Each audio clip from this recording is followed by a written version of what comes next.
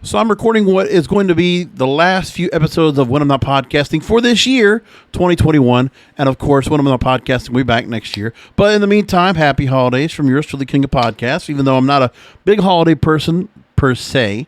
But let me go ahead and talk to you about something you should look forward to in 2022, the discussion.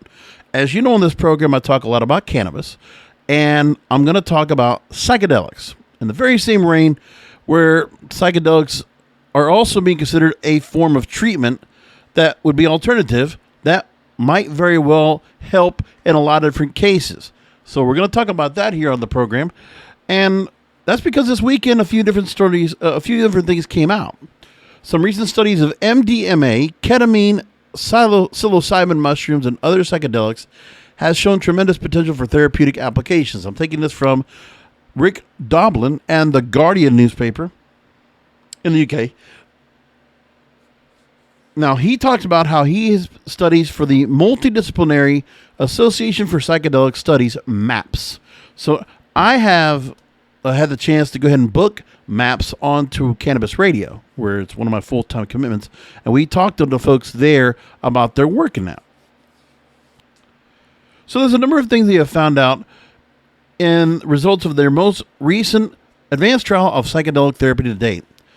So they did a phase 3 trial of MDMA-assisted therapy for PTSD, and 80% of the participants who received MDMA in conjunction with trauma-focused therapy experienced a clinically significant reduction in symptoms. 67% no longer met the criteria for a PTSD diagnosis, and many participants reported that MDMA-assisted therapy helping them address the root cause of their trauma for the first time. So this is actual research being done by this multidisciplinary association for psychedelic studies. They've been around since 1985, by the way, and they've been researching MDMA since 1992.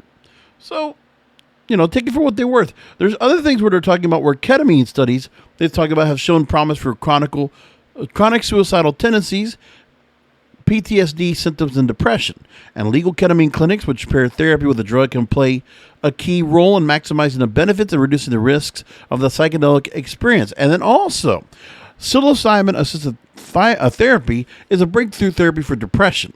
Ibogaine may be an effective treatment for opioid use disorder. So there's a lot of different things that are going on with this, and that's what's going on right now. So Virginia Tech has also brought on the same information. 1 in 5 U.S. adults will experience a mental illness in their lifetime, according to the National Alliance of Mental Health.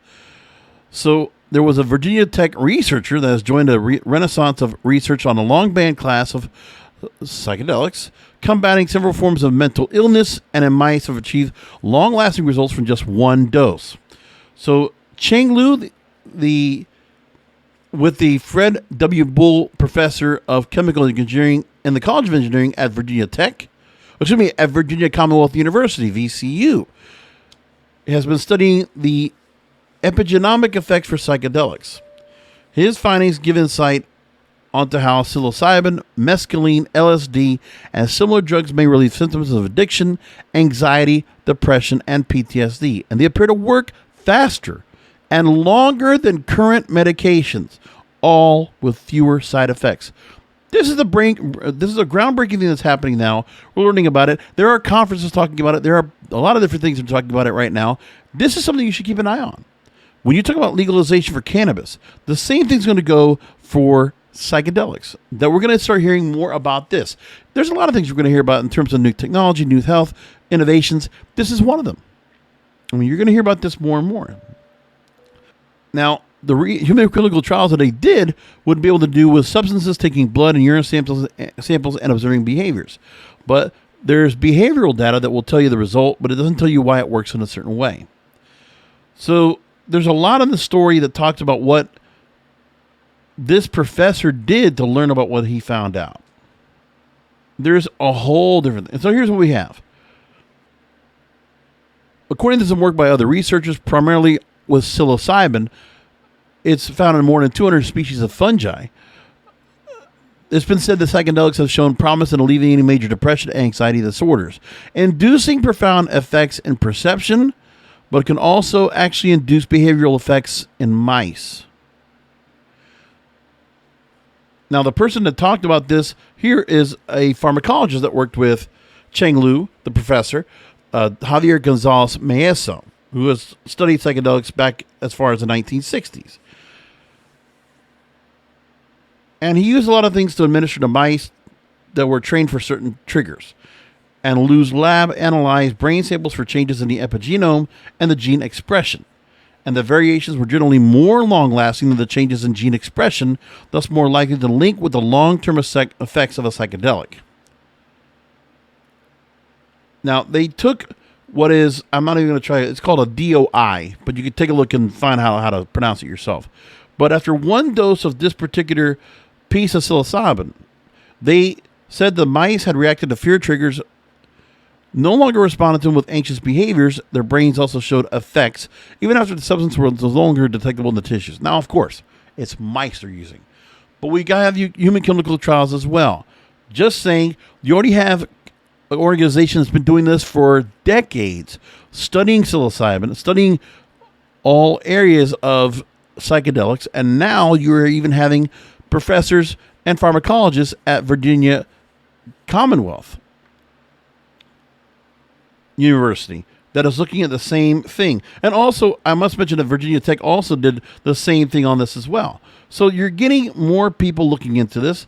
So eventually you're going to have to find out what comes afterwards. What could also be found out. And that's what's important. There's a whole lot to go behind it. And in the story here that I take from SciTech Daily, they actually have a reference to the reference of the actual studies that are being done at VCU and Virginia Tech and all that, so you can take a look at that for yourselves and just learn about what's going on here. Now, going back to the story from The Guardian, we know that already what's happened is that last year, Oregon became the first U.S. state to decriminalize the possession of most drugs and create a system for supervised psilocybin experiences. Right now, California, Vermont, and Hawaii are actively considering new legal frameworks for psychedelics. Texas is directing state funding to research. And because of the epidemic of veteran suicide, USVA is hosting small psychedelic-assisted therapy trials. And members of Congress are supporting federal funding. Lawmakers, regulators, funders, insurance providers, and therapists, taking a clear-eyed look at the research, may be surprised to find their fears dissolving. So that's what's going on. There's much more to this. I'm going to bring it up, and I'll keep an eye on this for you. Let you know if there's anything else you should know. In the meantime, let's go ahead and leave this here, and I'll come back to you with another episode of When I'm Not Podcasting coming up. Stay tuned.